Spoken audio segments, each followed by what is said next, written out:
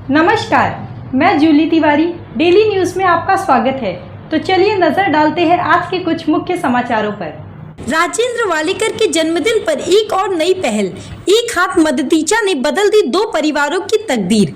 बुधवार 11 दिसंबर को माजी उपनगराध्यक्ष श्री राजेंद्र वालेकर के जन्मदिन के मौके पर एक नया सामाजिक कदम उठाया गया। एक हाथ मदतीचा अभियान के तहत वार्ड क्रमांक 26 भेंडीपाड़ा में दो गरीब परिवारों के लिए नया घर बनवाया गया।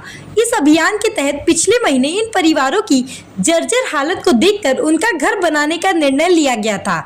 आज श्री राजेंद्र वालेकर के जन्मदिन पर इस कार्य का उद्घाटन किया गया।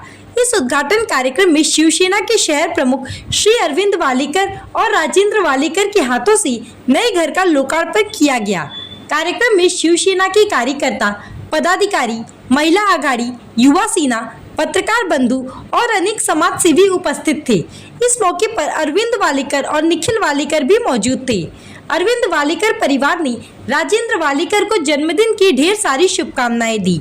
Advocate Sandeep Bharadi, advocate Sikandar Qureshi, advocate Azhar Qureshi और हुसैन बाबा सैयद ने भी राजेंद्र वालेकर को जन्मदिन की ढेर सारी शुभकामनाएं दी। राजेंद्र वालेकर ने कहा कि उनका हमेशा से यही प्रयास रहा है कि समाज के कमजोर वर्ग के लिए काम किया जाए और इस नेक कार्य की शुरुआत उनके जन्मदिन पर करना एक सौभाग्य की बात है। उन्होंने यह भी बताया कि उनके परिवार ने इस मिशन के तहत और भी घर बनाने का संकल्प लिया है ताकि जरूरतमंदों को राहत मिल सके। कार्यक्रम में भारी संख्या में स्थानीय लोग और शिवसेना कार्यकर्ता उपस्थित थे, जिन्होंने इस कार्य की सराहना की। इस अवसर पर स्थानीय नागरिकों ने राजेंद्र वालेकर की आरती उतारी और उनकी लंबी आयु के लिए प्रार्थना की। सभी ने मिलकर राजेंद्र वालेकर के जन्मदिन के इस खास अवसर पर इस सामाजिक पहल की सफलता की कामना की। बांधून दिलेली आहेत, महिलांना कुठलाही आधार नव्हता, आपण घर बांधून दिलेत, काय सांगाल? आज माझे बंधू राजेंद्र वालेकर यांचा वाढदिवस आहे आणि दरवर्षी माझ्या वाढदिवसाला माझं कुटुंब अंबरनाथमध्ये एका मंदिराचा जीर्णोद्धार करत असतं। परंतु यावर्षी नव्हे तर गेल्या वर्षापासून ज्यांना आधार नाही अशा महिला, ज्या अगदी वयस्कर आहेत, जे आपल्या घरामध्ये एक वीट सुद्धा लावू शकत नाहीत, अशा महिलांना त्यांच्या घराचं रिपेरिंग करून पूर्ण नवीन बांधून त्यांना पुढचं आयुष्य सुखाने जगता यावं, त्यांना त्या घरामध्ये राहता यावं, अशा प्रकारची दोन घरं यावर्षी राजेंद्र वालेकर त्यांच्या वाढदिवसानिमित्त गेल्या 2 महिन्यामध्ये त्याचं काम चालू होतं, ती बांधून दिलेली आहेत आणि त्याचा वाढदिवसानिमित्त केक कापतात, लोक मजा करतात। परंतु या कुटुंबानी, वालेकर कुटुंबानी आज असं ठरवलं की या 2 महिलांना आधार द्यावा, त्यांचा आपण आधार बनावं, त्यांच्या आयुष्यामध्ये आपण सुख कसं येईल, त्यांना आनंद कसा मिळेल याचा विचार करून आम्ही त्या 2 अनाथ महिलांना आज घरं बांधून दिलेली आहेत। मला ईश्वरचरणी हीच प्रार्थना करायची आहे की अशीच उत्तरोत्तर आमच्याकडून सेवा अंबरनाथकरांची घडत राहू।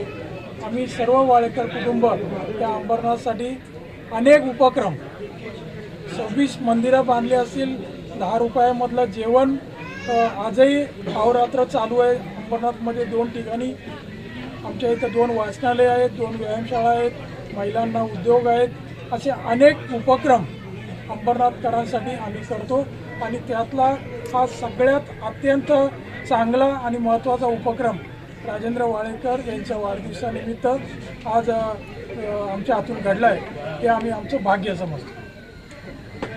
ज्या 2 महिला होत्या त्यांचं अत्यंत पावसाळ्यामध्ये वाईट परिस्थिती असायची, पाणी गाळायचं, खाली बसायला जमीन होती, पूर्ण म्हणजे मातीचं सारवलेलं गोटा होता आणि ते आम्ही गणपतीमध्ये फिरत असताना आमचे योगेश गोरे, दिनेश नलावडे आणि रमेश भाऊ सगळे फिरत असताना त्या दोन्ही घरं त्यांनी आम्हाला गोवापाड्याच्या कार्यकर्त्यांनी इथं दाखवली आणि त्याच दिवशी आम्ही विचार केला का ही 2 घरं आपण बनवून त्यांची सेवा करण्याचं आम्हाला भाग्य मिळालं आणि ती सेवा आज आम्ही आमच्या परिवाराने, आमचे मोठे भाऊ अरविंद वालेकर, मनीषा वालेकर यांच्या आशीर्वादाने प्रत्येक वेळेस आम्ही आमच्या परिवार काम करत असतो आणि याच्या पुढेही इथं बाजूलाच एक मुस्लिम समाजाच्या घराचं पण रिपेरिंग काम चालू आहे आणि भास्करनगरमध्ये सुद्धा एक निराधार महिला आहे, तिच्या पण घराचं काम आम्ही लवकरच चालू करतोय.